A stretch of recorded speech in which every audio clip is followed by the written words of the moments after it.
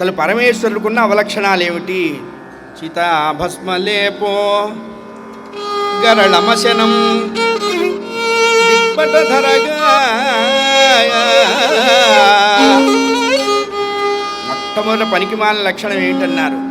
చితాభస్మలేపో, సగం కాలి ఆరిన శవం బూడిద ఒంటికి పూసుకోవటం. మంచి సెంటెడ్ పౌడర్ అది. పోనీ ఆహారం అనుకుందామా? గరళమశనం, విషమే ఆహారం. పోనీ మంచి బట్టలు ఉన్నాయా? ఆర్ఎస్ బ్రదర్స్లో ఏమన్నా కొన్నారా? చందనా మోహన్ రావులో ఏమన్నా కొన్నారా? లేదే. దిక్పటధర,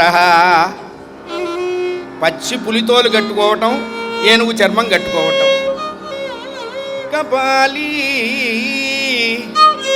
ఆ చేతిలో భిక్షాపాత్ర, అది కూడా ఇండివిజువల్, ఒరిజినల్ కాదు, ఎవడో గట్టు మీద పెట్టుకుంటే ఎత్తుకొచ్చాడు. అందుకని నమ్మకంలో తస్కరాణాంపతయే నమో నమో, వంచదే పరివంచదే అని చెప్తారు. స్థేనానాంపతయే నమో నమ.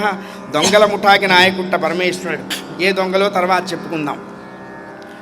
ఎత్తుకొచ్చినటువంటి భిక్షాపాత్ర, దాంతో ప్రతి గడప దగ్గర నించోని భవతి భిక్షాం దేహి అంటాడు. ఇది ఏమన్నా పనికొచ్చే క్వాలిఫికేషనా? చూడండి. మెళ్ళో చూద్దామా? కంఠే భుజగపతి గారి, కంఠే భుజగపతి గారి.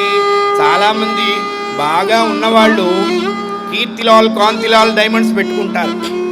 ఇంకా బాగా ఉన్నవాళ్ళు ప్లాటినం పెట్టుకుంటారు. ఉమ్మిడియార్స్ ఏమన్నా ఉందా? మలబార్ ఏమన్నా పెట్టుకున్నాడా? మెడ నిండా పాములు, ఈ 8 రకాల నాగులు ఉన్నాయి. పోనీ ఫ్రంట్ సెక్టర్ చూద్దామా?